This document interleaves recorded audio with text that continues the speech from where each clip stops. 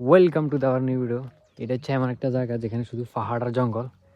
তো বুলকমে জঙ্গলের ভিতরে চলে এসেছি। তবে জায়গাটা খুবই সুন্দর।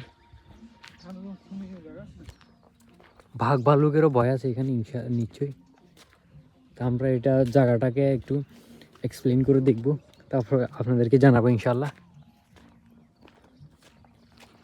এই পাহাড়ের খাসগুলো এমনি এমনি হয়েছে, ঠিক আছে না বাবু?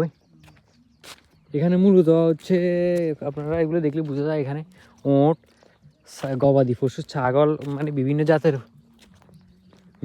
পশু পাখি এখানে আছে।